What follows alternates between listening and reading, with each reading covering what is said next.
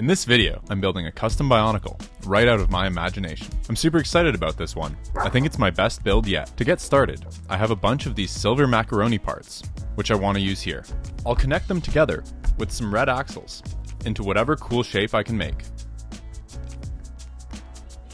With a mirrored version, I think this makes for an interesting start to our creation's chest. To further fill in the chest, I'll build up a second macaroni structure, which can slot in right next to the first one.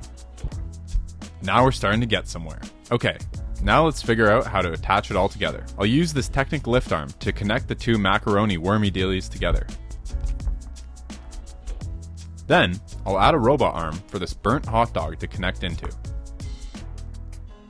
Now that our pasta monster's ravioli shell is done, we need to add the delicious cheesy filling, by which I mean a structural pasta monster skeleton.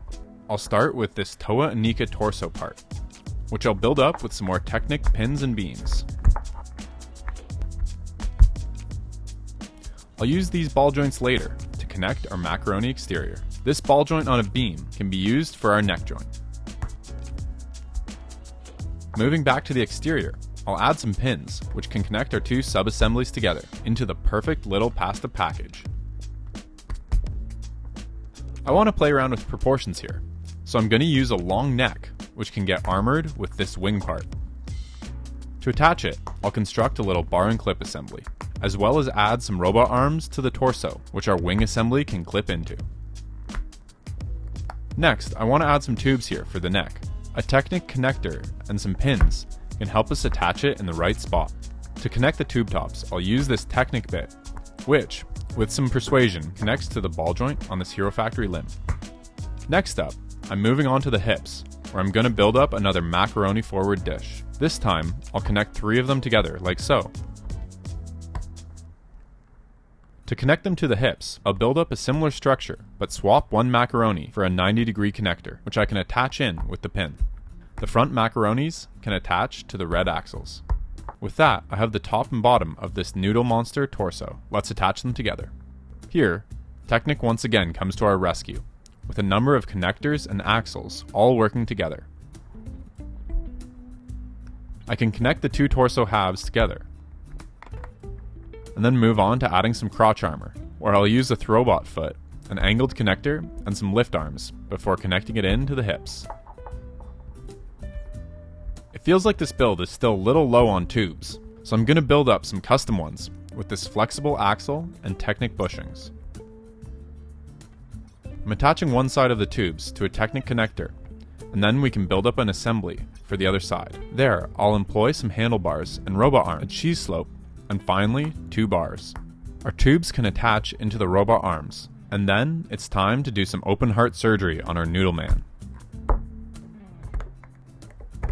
So I can thread these tubes through his body.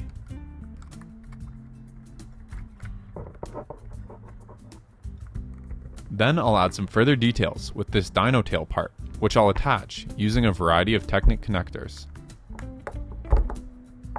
Next, because there can never be enough tubes, I'll use some lovely zipline parts on a bar, which can connect into the chest here.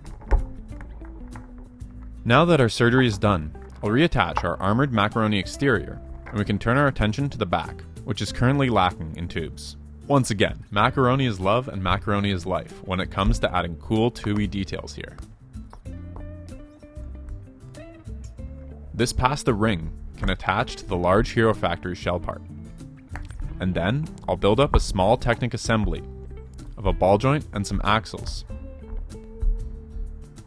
so that I can attach this funky gear part as a final flourish. Let's connect that in before building up even more delicious details, spamming some more macaroni.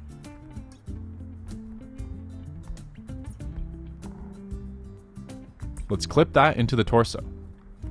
Some chrome balls can further detail the back here. And finally, this claw part can connect in with a lift arm and a pin. Then, it's time to build the head. To start, I've spotted Harry Potter hanging out in my minifigure drawer with his gorgeous invisibility cloak, which I'm sure he wouldn't mind us borrowing, right? You can't hide from me, Harry. This is a super unique part with this really cool rainbow reflective fabric. I think it'll be great for the head. Next, let's check the forbidden gummies for a cool Krana part. This one was always my favorite mold, so I'll use that here.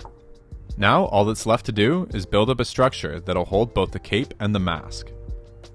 I'll start by adding 4 half pins to this Technic lift arm, which matches up perfectly with the holes on the cape.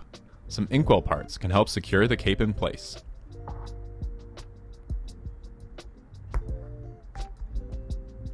Next, for the eyes, I'm using a hot dog and a robot hand. Then, I'll harvest another minifigure for his hands so we can hide the hot dog with them.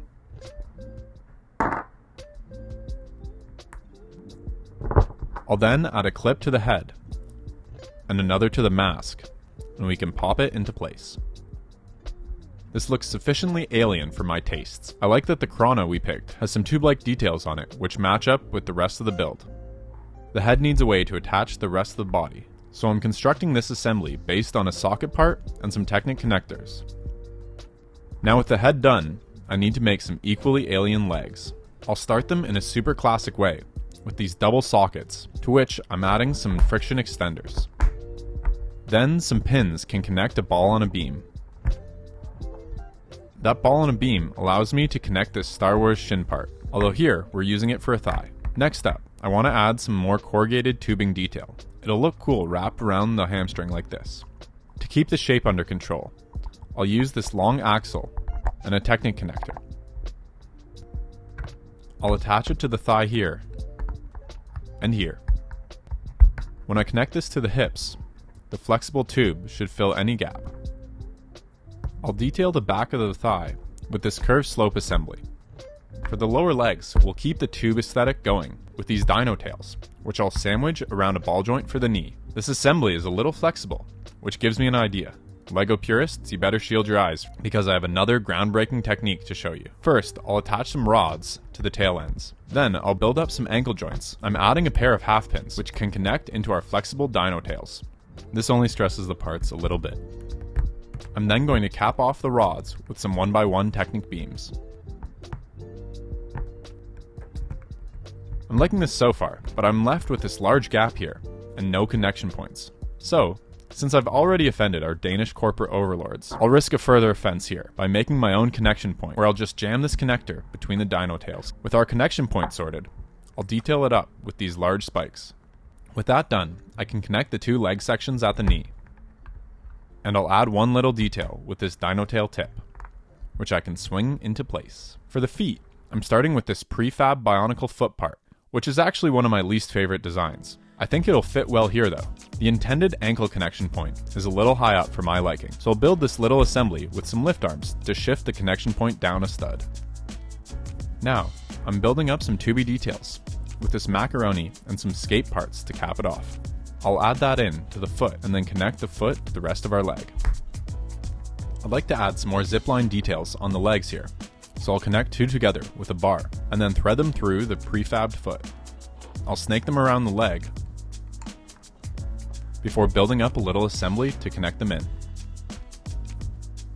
And with that, I'll mirror this for his other side, and we can move on to the arms.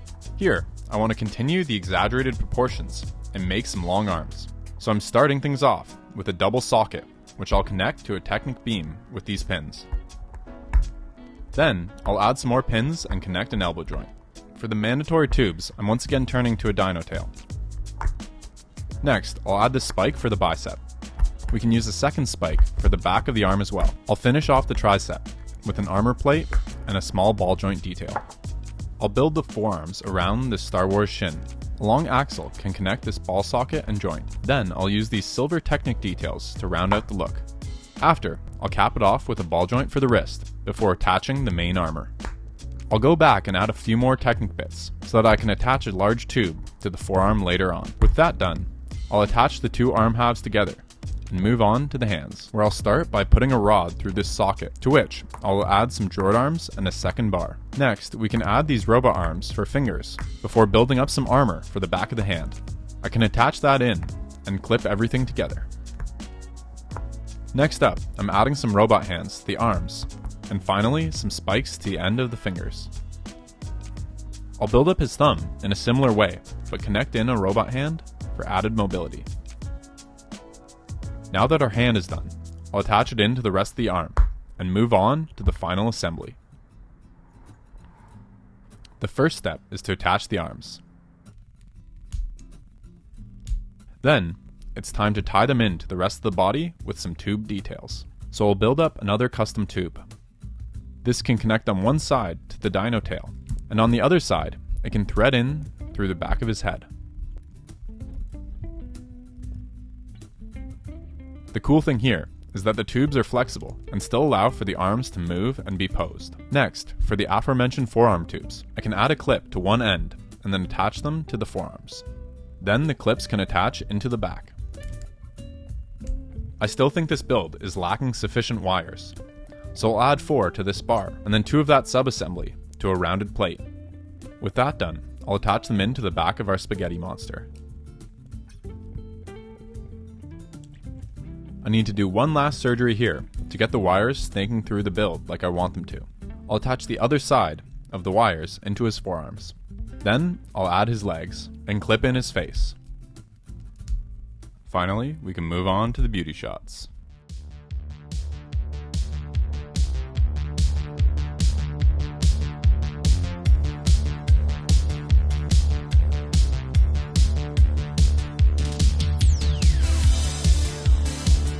Thanks to all the amazing people supporting me over on Patreon. And special shout out to my newest patron, Kengda.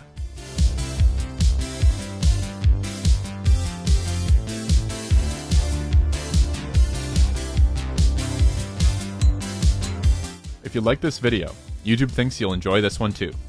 Thanks for watching, and I'll see you in the next one. But until then, happy building.